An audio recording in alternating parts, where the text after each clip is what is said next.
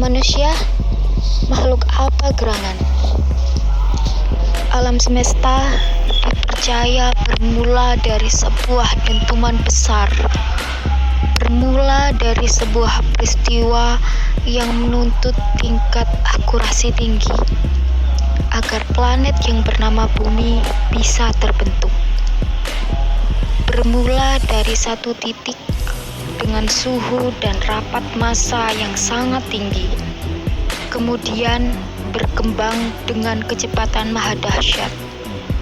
Seandainya perkembangan ini hanya kurang sedikit 1000 miliar, alam semesta yang baru berkembang akan runtuh sebelum mencapai 10.000 derajat. Dan andai kecepatannya lebih tinggi barang 1 per juta saja, alam semesta akan berkembang terlalu cepat. Bintang-bintang tak akan tercipta, pun planet bernama Bumi. Begitu pula dengan kekuatan nuklirnya. Andai energi nuklir semesta lebih rendah sedikit, yang tersisa hanyalah gas hidrogen. Jika energi nuklir tersebut terlampau tinggi, seluruh hidrogen akan menjadi helium. Air tak akan terbentuk, kehidupan tak akan pernah ada.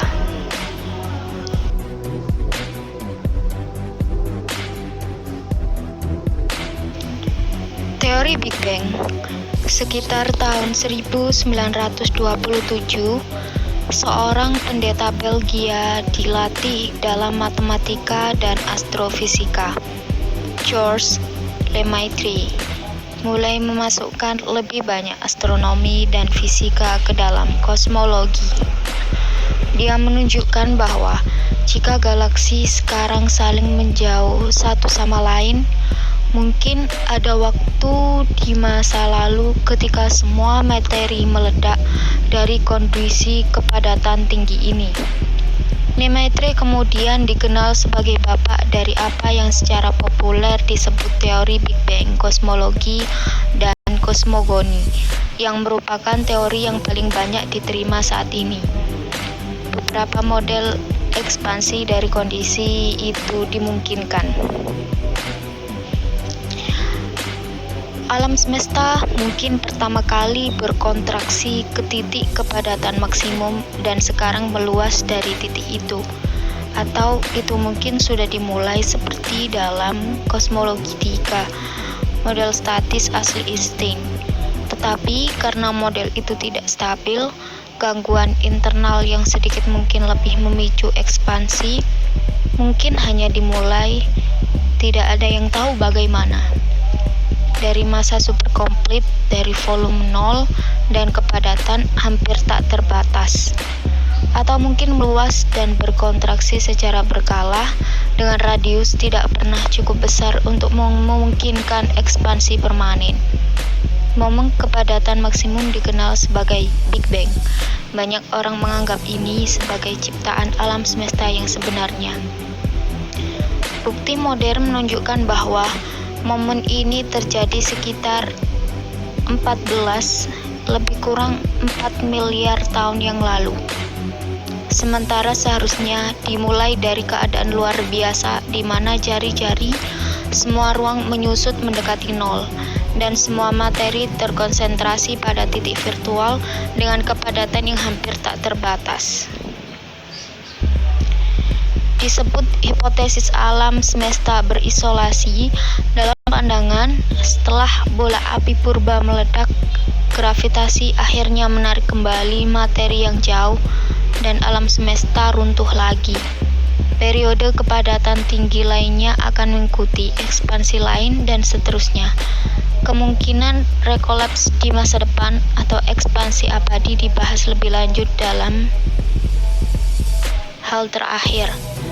Dalam varian hipotesis alam semesta yang berosilasi, era kepadatan tinggi bukanlah masa kepadatan tak terbatas dari Big Bang klasik, tetapi hanya periode maksimum kepadatan terbatas, di mana beberapa struktur dari era sebelumnya mungkin bertahan, Setidaknya satu bintang neutron berputar telah ditafsirkan sebagai pelambatan putaran pada tingkat yang mungkin membuatnya lebih tua dari 16 miliar tahun.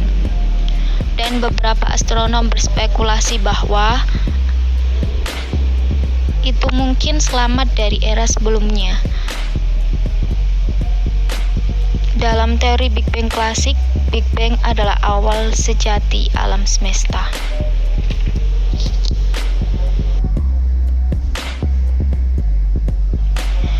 Teori Big Bang in English. Around 1927, a Belgian prize trained in mathematics and astrophysics, Georges Lemaitre, began to put more astronomy and physics into cosmology. He pointed out that if galaxies are now flying away from each other, there probably was a time in the past when all matter was closed together. He suggests that all matter exploded from this condition of high density. Lemaitre thus became known as the father of what is popularly called the Big Bang theory of cosmology and cosmogony, which is the most widely accepted theory today. Several models of expansion from that condition are possible. The universe might first have contracted to a point of maximum density and now be expanding from that point, or it might have started out as in cosmology 3 Einstein's original static model. But because that model was unstable, a slight internal disturbance might have triggered an expansion. It might have simple start, no one knows how, from a supercompact mass of zero volume and nearly infinite density. Or it might be periodically expanding and contracting, with the radius never getting large enough to permit permanent expansion. The moment of maximum density is known as the Big Bang. Many people regard this as the actual creation of the universe. Modern evidence suggests that this moment occurred around 14 until 4 billion years ago. The universe was supposed to have begun from an extraordinary state in which the radius of all space and shrunk to near zero, and all matter was concentrated in a virtual point with virtual infinite density. Called the hypothesis of the oscillating universe, in the view after the primeval fireball explodes, gravity eventually pulls back the distant material, and the universe collapses again. Another high density period will follow, the another expansion, and so on. The possibilities of future recollapse or everlasting expansion were discussed further in the last chapter. In a variant of the oscillating universe hypothesis, the high density era was not the infinite density epoch of the classical Big Bang, but only a period of maximum finite density, during which some structure from a preceding era might have survived. At least one rotating neutron star has been interpreted as slowing its spin at a rate that might make it older than 16 billion years, and some astronomers have speculated that it might be a survivor from an earlier era. In the classic Big Bang theory, the Big Bang is the true beginning of the universe.